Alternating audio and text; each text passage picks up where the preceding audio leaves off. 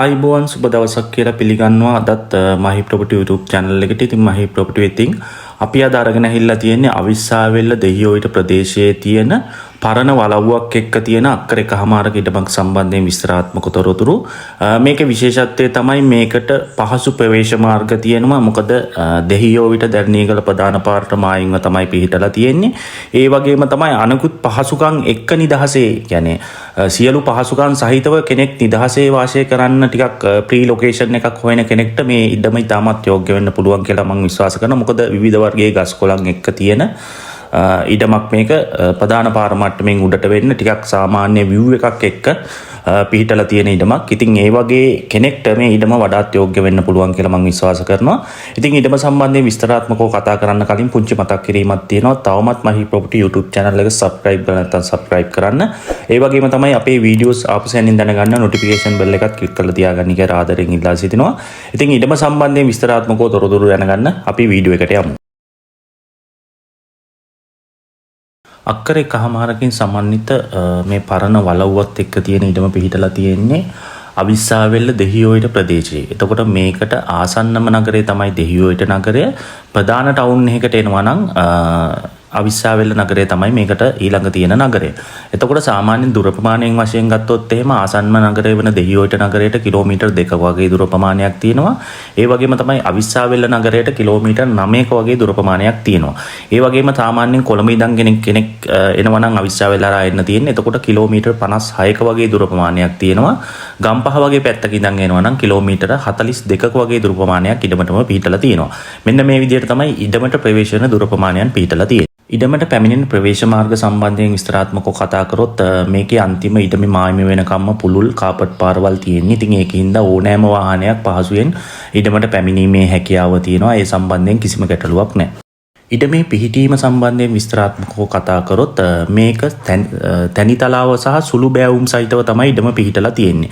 එතකොට ප්‍රධාන පාර මට්ටමේ ඉඳන් මේක උස්ව තමයි ඉඩම පිහිටලා තියෙන්නේ. ඒ උස්ස තිබ්බට ඊට අවශ්‍ය පාර නිසියාකාරව කොන්ක්‍රීට් කරපු පාර ඉඩමට ඇක්සස් කරන්න පුළුවන් විදියට කොන්ක්‍රීට් පාර තියෙනවා. ඒ වගේම තමයි ප්‍රධාන පාර මට්ටමේ ඉඳන් ගත්තාම එක පැත්තකින් සුළු බෑවුමක් එක්ක තියෙනවා. වලව්ව වගේ තියෙන ඒරියා එක සම්පූර්ණ තැනිතලා ඒරියා එකක් විදියට තමයි ඒක පිහිටලා තියෙන්නේ. ඒ වගේම තමයි වලව්වත් එක්ක තියෙන මිදුල් ඒරියා එකත් එක්ක වලව්වට පිටිපස්සෙන් තියෙන ඒරියා එකත් සාමාන්‍ය සුළු බෑවුම් එක්ක තමයි උඩට පිහිටලා තියෙන්නේ. ඒකේ ප්‍රධාන වාසිය තමයි මේ වලව්ව අර පාර මට්ටමින් උඩට තියෙන හින්දා ඒකේ සාමාන්‍යයෙන් එහා පැත්තෙන් තියෙන සාමාන්‍ය කඳු වලල්ලත් එක්ක සාමාන්‍යයෙන් හොඳ දර්ශනත් එක්ක තමයි මේ ඉඩම තියෙන ඒරියා එක මෙතන පිහිටලා තියෙන්නේ. සාමාන්‍යයෙන් මේ බෑවුමේ ප්‍රමාණයන් විදියට ගත්තොත් ඉඩම පිටිපස්සේ තියෙන බෑවුම සාමාන්‍යයෙන් අංශක 10-15 මට්ටමේ බෑවුමක් කරනාම ඊට වඩා බෑවුමක් මේ ඉඩමේ දකින්න නැහැ. සාමාන්‍ය සුළු බෑවුමක් තමයි මේ ඉඩමේ තියෙන්නේ. ඉඩම සම්බන්ධයෙන් විස්තරාත්මකව කතා කරොත් මේ ඉඩමේ සම්පූර්ණ ප්‍රමාණය අක්කර එකමාරයි. ඒ අක්කර එකමාර ඒ විදිහටම තියෙනවා. ඉතින් ඒ වගේම තමයි මේකේ ආදායම් ලබන මට්ටමේ මේකුත් භෝගයක් පිහිටලා නැහැ. මේකේ විශේෂත්වය තමයි මේකේ විවිධ ගස් කොළන් තියෙනවා. එතකොට අර කෙනෙක්ට ඇහිල්ලා නිදහසේ කාලේදී අර ගෙවත් එක තියෙන්න ඕනේ අවශ්‍ය කරන ගස් කොළන් ටික ඒ නිසියාකාරයෙන් පිහිටලා තියෙනවා. ඒක තමයි මේ ඉඩමේ තියෙන විශේෂත්වය. එතකොට අපි විශේෂයෙන් ගත්තාම කොස් ගස් 12ක් විතර තියෙනවා. පොල් ගස් 20ක් 25ක් තියෙනවා. තැඹිලි ගස් දෙකක් තියෙනවා. ඒ වගේම තමයි දුලියන් ගස් දෙකක් තියෙනවා. එකක මේ වෙද්දි සම්පූර්ණ ගෙඩිත් හැදිලා තියෙනවා. ඒ වගේම රඹුටන් ගස් දෙකක් තියෙනවා. ගඩිගුඩා ගහක් තියෙනවා. ඒ වගේම තමයි මැංගුස් ගස් දෙකක් තියෙනවා. ජම්බෝල ගහක් තියෙනවා. අඹ ගහක් මේ ආදී සියලුම වර්ගයේ පළතුරු ගස් මේ ඉඩමේ පිහිටලා තියෙනවා. ඉතින් ඒක තමයි මේකේ විශේෂත්වය.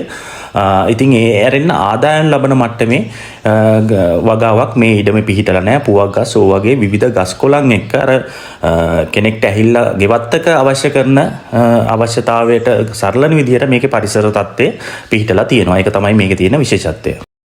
ඉඩමේ පිහිටි වලව්ව සම්බන්ධයෙන් විස්තරාත්මකව කතා කරොත් මේ වලව්වේ කාමර 4යි. ඒ කාමර 4ට අදාළව බාත්රූමුත් වෙන වෙනම පිහිටලා තියෙනවා. නමුත් මේ වලව්ව ඉතාමත් පරණ වලව්වක් සහ මේක දැනට කවුරුවත් පදිංචිව නැහැ. මේක මේන්ටේන් වෙන්නේ නැහැ. ඒකින්ද මේකේ සැලකිය යුතු මට්ටමේ අඩුපාඩු තියෙනවා. කෙනෙක්ට මේක දැක්කොත් හිතෙන්න පුළුවන් මේක සම්පූර්ණයෙන්ම ගලවලා අලුතෙන්ම ඉදිකිරීමක් කරන එක හොඳයි කියලා. එහෙම කරන්නත් පුළුවන්. නැත්තම් කෙනෙක්ට පුළුවන් මේක බලලා මොකද මේක සම්පූර්ණයෙන් වහල එහෙමනම් ගලවලා ඒවා සිවිලින් ගහලා ඒවා සම්පූර්ණයෙන් මේ බිත්ති වල තියෙන අඩුපාඩු මේ වගේ සැලකිය යුතු මට්ටමේ රිපෙයාරින් එකක් මේකේ කරන්න තියෙනවා. ඉතින් ඒ සම්බන්ධයෙන් විශේෂයෙන්ම මතක් කරනවා. ඒ වගේම තමයි ඒ සම්බන්ධයෙන් බලද්දි මේකේ ගානත් එක්ක බලද්දි මොනවා හරි ගණන් මිල ගණන් සාකච්ඡා කිරීම සඳහාත් ඒ සඳහා පූර්ණ අයිතිය තියෙනවා. ඉතින් ඒ සඳහා අපි මැදිහත් වෙන්නේ කෙනෙක්ට බලලා Tamanට හොඳයි කියලා හිතෙන දේ තීරණය කරන්න පුළුවන්. මේ මිල ගණන් සාකච්ඡා කරගන්න අපි සම්පූර්ණ අවස්ථාව ලබා දෙනවා. මෙන්න මේ විදිහට තමයි වලව්වේ තත්ත්වය. ඉඩමේ පිහිටි ජලය සහ විදුලිය සම්බන්ධ විස්තරාත්මකව කතා කරොත් මේ වෙද්දි සම්පූර්ණයෙන් ඉඩමට අවුරුද්ද පුරාම ලැබෙන පරිදි උල්පත් හරහා ජලය ලබා ගැනීම කරනවා. ඉතින් ඒ සම්බන්ධයෙන් කිසිම ගැටලුවක් නැහැ. ඒ වගේම තමයි විදුලියත් මේ වෙද්දි ඉඩමට ලබාගෙන තියෙන්නේ. ඉඩමේ මිල සහ ඉඩමේ අයිතිය සම්බන්ධයෙන් විස්තරාත්මකව කතා කරොත් ඉඩමේ මිල වෙන්නේ ලක්ෂ 150යි මිලියන 15යි. ඉතින් මේ මිල ගණන් සාකච්ඡා කරගැනීමේ හැකියාව තියෙනවා. මම කලිනුත් මතක් කරා අර වලව්වේ තියෙන අඩුපාඩුත් එක්ක සහ මේ තියෙන මේවත් එක්ක ඉඩමේ තියෙන අඩුපාඩුත් එක්ක මිල ගණන් සාකච්ඡා කරගැනීමේ හැකියාව තියෙනවා. ඉතින් ඒ සඳහා අපි මැදිහත් වීමක් වෙන්නේ නැහැ. නමුත් ඊට අවශ්‍ය සම්පූර්ණ සහයෝගය අපි ලබා දෙනවා. මොකද අයිතිකරුට මේ වෙලාවේ මේක විකුණා ගැනීමේ අවශ්‍යතාවයකුත් තියෙනවා. ඉතින් ඒ සම්බන්ධයෙන් විශේෂයෙන් මතක් කරනවා. ඒකින්ද මේක කෙනෙක්ට බලලා සාධාරණ මිලකට ලබා ගැනීමේ හැකියාව තියෙනවා. ඒ වගේම තමයි මේකේ අයිතිය සම්බන්ධයෙන් කතා කරොත් මේක සින්නක්කර ඔප්පු සහිත ඉඩමක්. ඉතින් ඒකින්ද මම මේක බේසික් වශයෙන් මගේ ලෝයි කෙනෙක්ට දාලා චෙක් කරලා තියෙනවා. ඉතින් ඔප්පුව සම්බන්ධයෙන් කිසිම ගැටලුවක් නැහැ. ඉතින් මේකේ පත්තිරු ටික අරගෙන නිවැරදි ආකාරයට චෙක් කරලා ඒ මිලදී ගැනීම කරන්න කියලා විශේෂයෙන් ඉල්ලා සිටිනවා. ඒ වගේම තමයි මේකේ මායින් සම්බන්ධයෙන් ගත්තොත් මේකේ මායින් නිරවුල්ව තියෙනවා. අවශ්‍ය තැන මායින් කණු එහෙම දාලා තියෙනවා. පිළිවෙලට වැටක් ගහලා නැහැ. නමුත් මායින් කණු දාලා තියෙනවා. ඉතින් ඒකෙන් මේකේ මායිමුත් ඉතාමත් නිරවුල්ව තියෙනවා. නමුත් මනින අවස්ථාවකදී හැටි මොනවා හරි ගැටලුවක් ආවොත් ඒක සර්වේ කරන වෙලාවට අයිතිකරුවා ඇවිල්ලා ඒ තියෙන පොඩි හරි ගැටලුව විසඳලා තමයි මේක සම්පූර්ණ නිරවුල් ආකාරයෙන් තමයි ඉඩම ලබා දෙන්නේ. ඉතින් ඒ සම්බන්ධව කිසිම ගැටලුවක් නැහැ. वीडियो के අවසානයේ යන්න කලින් නැවතත් පුංචි මතක් කිරීමක් තියෙනවා. තවමත් මහි ප්‍රොපර්ටි YouTube channel එක subscribe කරලා නැත්නම් subscribe කරන්න. ඒ වගේම තමයි අපේ videos ආපසෙන් දැනගන්න notification bell එකත් click කරලා තියාගන්න කියලා ආදරෙන් ඉල්ලා සිටිනවා. ඒ වගේම තමයි මේ වගේ ඉඩම් අවශ්‍යතාවයන් තියෙන බොහෝ පිරිසක් ඉන්නවා. ඉතින් ඒ වගේ කෙනෙක්ට මේ වීඩියෝ එක වැදගත් වෙන්න පුළුවන්. ඉතින් ඒ වගේ කෙනෙක්ට මේ වීඩියෝ එක බලන්න පුළුවන් නම් share කරන්න. මේ වගේම වීඩියෝ එකක් අරගෙන ආයෙත් දවසක එනකන් ගිහිල්ලා එන්නම්. හැමෝටම සුබ දවසක්. ජය වේවා.